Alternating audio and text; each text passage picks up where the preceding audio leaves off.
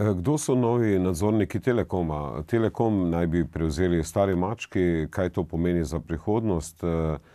Čeprav je nekdanji predsednik nadzornega sveta Telekoma dejal, da je povsem legitimno, da večinski lastniki imenujejo nadzorni svet v novi sestavi, za katerega verjame, da bo sledil tem ciljem, ki so si jih zastavili. Tako Borut Jamnik, dosedanji predsednik nadzornega sveta Telekoma Slovenije, ki je pravzaprav nekako, bi rekli, zelo džentelmensko prenesel ta poraz na skupščini, zamenjala ga je Lidija Glavina, ki je kot predsednica uprave SDH-ja postala šefica nadzornega sveta Telekoma. Ampak to je samo za navzven, bi lahko rekli za javnost, kaj vse se je zares dogajalo v zakulisju te kadrovske zamenjave in kakšna je sedaj pravzaprav perspektiva tako Telekoma kot tudi Boruta Jamnika. Poglejmo izjavo Boruta Jamnika. Družba Telekom Slovenije je družba v odlični formi.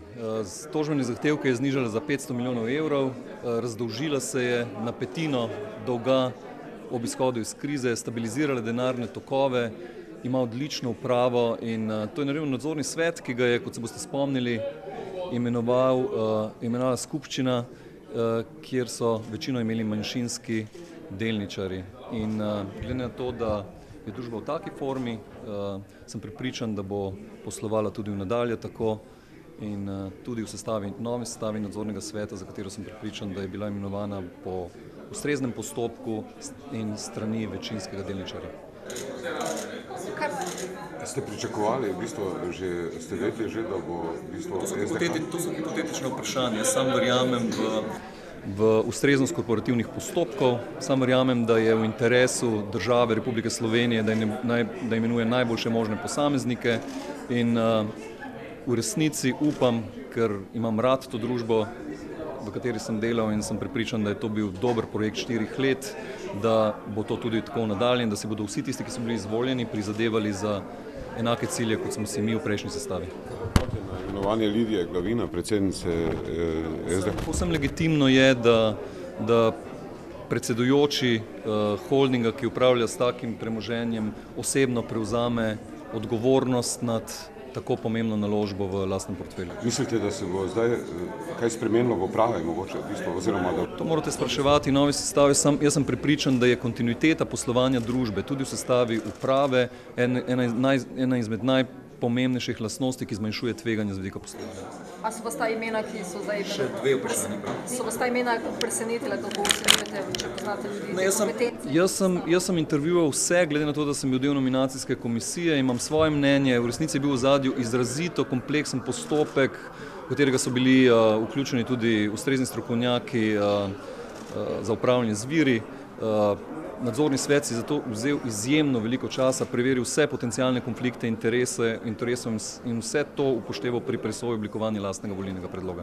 Kako pa kot predsednik združenja nadzornikov gledate na to prakso, da SDH pravzaprav prihaja v zadnjem trenutku s predlogi za nadzornike na skupščine? Jaz sem prepričan, da bodo izdatneje in bolj podrobno pojasnili to na lastni strani, kar v resnici njihov kodeks, in hkrati mislim, da bi bilo za vse delničarje boljše, ko bi bilo v tem smislu poslovanje transparentneje. Verjamem pa, da je to oportuna odločitev. Seveda, videli smo izjavo Boruta Jamnika, zdaj vsaj po nekaterih ocenah gre tu za veliko zmago vlade Mira Cerarja oziroma za kadrovske poteze SMC-ja. Se je pa že zdaj dvakrat zgodilo, da je recimo gospa Glavina postala prva nadzornica na Telekomu, medtem ko je Drobne Popoviča pred časom pravzaprav po istem postopku prevzela Petrol.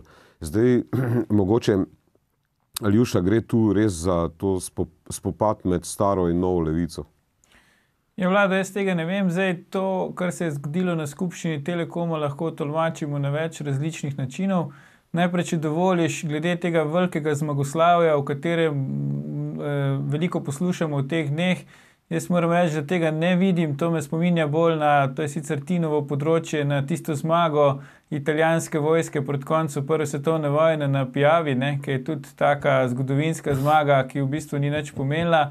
Jaz mislim, da je gospod Jamnik, ki če že kaj obvlada, pač obvlada principe korporativnega upravljanja, s temi svojimi izjavami, ki smo jih videli v prispevku, pravzaprav vse povedal. On je bil imenovan pred približno 4 leti, takrat, ko pač je bil izglasovan predlog manjšinskega delničarja. To je bilo obdobje, ko se je vlada Alenke Bratušek šele postavljala na noge in država ni imela glasovalnih pravic. In pač ta nadzorni svet je obstal 4 leta, zdaj pa se mu je mandat iztekel.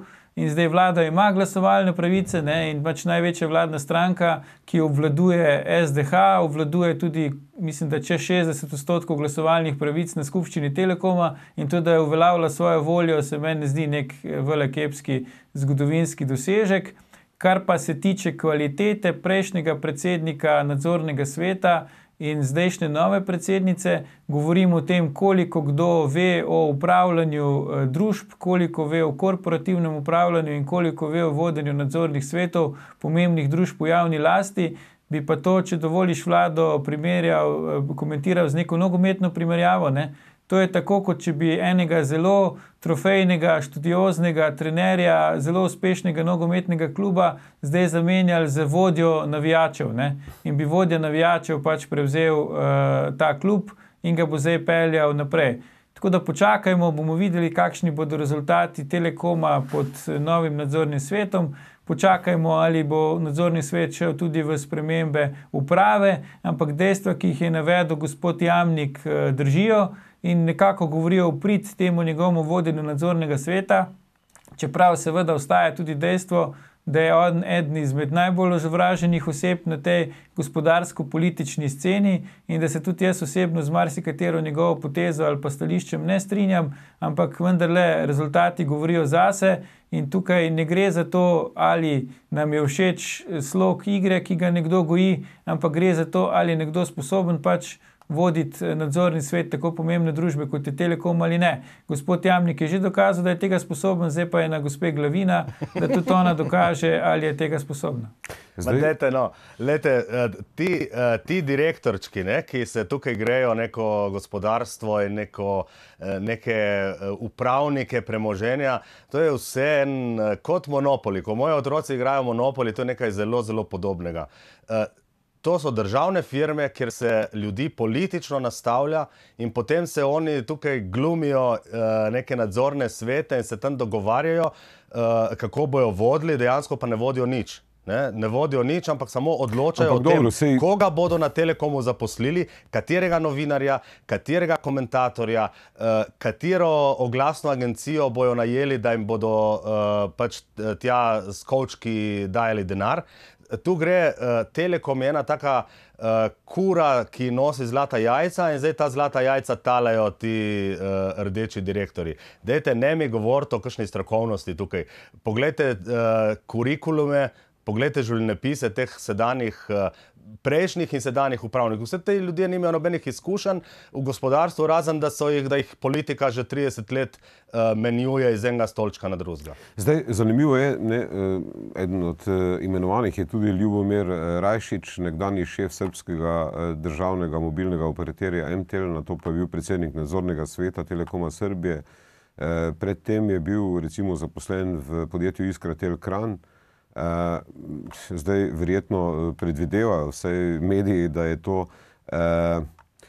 to pač kandidat Desusa, ker zdaj te kandidature so bile usklajene praktično tik pred samo sejo, pred samo skupščino, ne.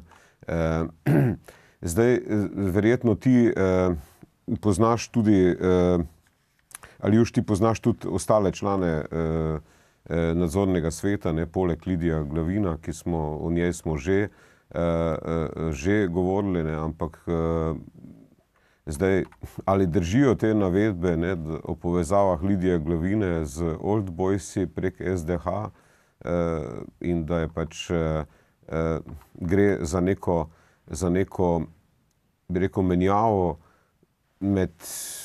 kjer so vajeti vzeli v roke ponovno, v bistvu, bi rekel, očetje, ne? Ja, Vlado, to težko komentiram, kdo je čigav oček, teh ljudi osebno ne poznam, tako da njihove družinske govorim v prenešenem smislu, ne, v bistvu, da je mlada garnitura, v bistvu, ki je pač, nekako... Se te razumem, sem rekel že v začetku, lahko na več načinov to komentiramo, zdaj en pogled je tudi Tino predstavo, ki je legitimen, ampak vendarle se mi zdi pomembno poudariti, da je Telekom družba, ki je ima pomembno mesto v portfelju teh 12 milijard, ki so še v javnem upravljanju v Sloveniji. Nenazadnje je to kronski dragulj na seznamu tistem famoznem 15 podjetij, ne, za katerega se je že vlada Alenke Bratušek in potem državni zbor zavezala, da jih bo prodala. Spomnil se boš, Vlado, da je bil eden ključnih argumentov, zakaj bi za Telekom morali sprejeti praktično vsako ponujeno ceno, ker bi naj bil Telekom zelo obremenjen z odškodninskimi tožbami. Slišali smo lahko, da se zdaj ta znesek bistveno zmanjšal, tako da mogoče je kar dobro, da takrat nismo Telekoma prodali za vsako ceno, ker bi zdaj verjetno lahko dosegli zanj višjo kupnino, kar pa pomeni nekaj dobrega za vse državljanke in državljane v Sloveniji. Kar pa zadeva sestavo novega nadzornega sveta, jaz teh ljudi osebno ne poznam, nekatere poznam po njihovem dosedanjem delu, nekatere bistveno slabše. Mislim, da Barbara Gorjup je kandidirala na listi SD-ja. Ja, Barbara Gorjup je bivša finančnica SGP Tehnika, bivši direktor tega podjetja ima pomembno besedo tudi znotraj stranke Socialnih demokratov, ali pa jo je imel, ko je bil glavni tajnik stranke še Uroš Javševec, gre za gospoda Klemna Ferjančiča, ki je bil tudi v nadzornem svetu ali pa je še pomembnih podjetij v javni lasti. Zdaj, kdo pa stoji za gospo Glavina, pa jaz priznam, da ne vem, ker je v gospe relativno malo znanega. Bi pa še enkrat poudaril, da osebno nad delom uprave SDH, še posebej odkar ga vodi gospa Glavina in je edina članica uprave gospa Drobne Popovič, nisem navdušen. Kako pa komentiraš dejstvo, da sta se pravzaprav, da sta Drobne Popoviča je postala pač nadzornica Petrola, medtem ko je gospa Glavina postala nadzornica Telekoma. To se pravi, zdaj nekateri imajo velike pomisleke proti temu, da pač tisti, ki nadzirajo celotno državno premoženje, praktično 12 milijard, ali koliko je ocenjeno to premoženje, da se imenujejo ali pa samo imenujejo, ali pa samo kadrirajo v nadzorne svete. Razumem, kaj hočeš reči, Vlado. Ti se boš spomnil pač polemik, ki so bile okoli samo kandidature magister Bratuškove za evropsko komisarko, ne. Tukaj imamo zdaj fenomen, kjer je gospa Glavina predlagala samo sebe in potem tudi izglasovala samo sebe na čelu nadzornega sveta Telekoma. To dosti pove, se mi zdi, o taki osebi. Bi pa rekel sicer tole, ne. Zdaj, te dni je zaokrožila po družabnih omrežjih ena fotografija, na kateri sta obe članici uprave SDH, ki se Prešerno smejita. Jaz verjamem, da njima gre na smeh, ne. Zdaj, če bi bili malo zlobni, bi lahko to fotografijo komentirali tudi tako, da še sami ne morete verjeti, kaj vse se jima dogaja in zakaj ste lahko tako uspešni. Ampak bi se pa pridružil tistim ocenam, da s tem, ko vajeti v svoje roke prevzemata obe omenjeni gospe, očitno z soglasjem pač kabineta predsednika vlade, pač predsednik vlade tudi na nek način povečuje svojo odgovornost pri upravljanju s tem državnim premoženjem in čas bo pokazal, ali se bo ta odgovornost povečana njemu štela v plus ali v minus. Zdaj, mogoče samo še eno, kaj praviš na to, da so zamenjali in Jamnika in Berločnika zadnjič, v bistvu, če lahko samo na kratko, v bistvu, besedo dve, v bistvu. Ja, jaz bi rekel, da očitno pač vlada kot skupščina SDH-ja oziroma SDH kot največji posamični lastnik teh podjetij ni zadovoljen z upravljanjem teh podjetij in nadzorom, delom nadzornega sveta v teh podjetjih. podjetjih. Razloga za to ne poznam, kot sem pa že rekel večkrat, počakamo, da vidimo, kako se bo zdaj novi nadzorni svet odredil. Lahko je še nekaj povem. Lahko, sicer smo že pri koncu. Sprenevedamo se, ko govorimo o nekih gospodarskih strokovnjakih. Ne? Zato, ker vlada imenuje te ljudi, to je čista politika, to je, kdo je kriv, da je Glavina tam, ker je, Miro Cerar, nihče drug. Ne vem, kaj se delamo, ker smo čist neumni, ali kaj? Dobro, dajmo na te točki. Mislim, o gospe vemo iz njenega CV-ja samo to, da ima raje diamante kot dragulje in da je prišla na svoje funkcije s tem, da je prala denar bivše Udbe in Stasija v zamejstvu. Dajmo se malo zresniti. To so hude obtožbe, ne? V bistvu upam, da ne bomo dobili kakšne tožbe zaradi tega, ampak jaz predlagam, da pogledamo oglase in si po oglasih pogledamo eno malo bolj, bi rekel, zanimivo temo letošnje Viktorje.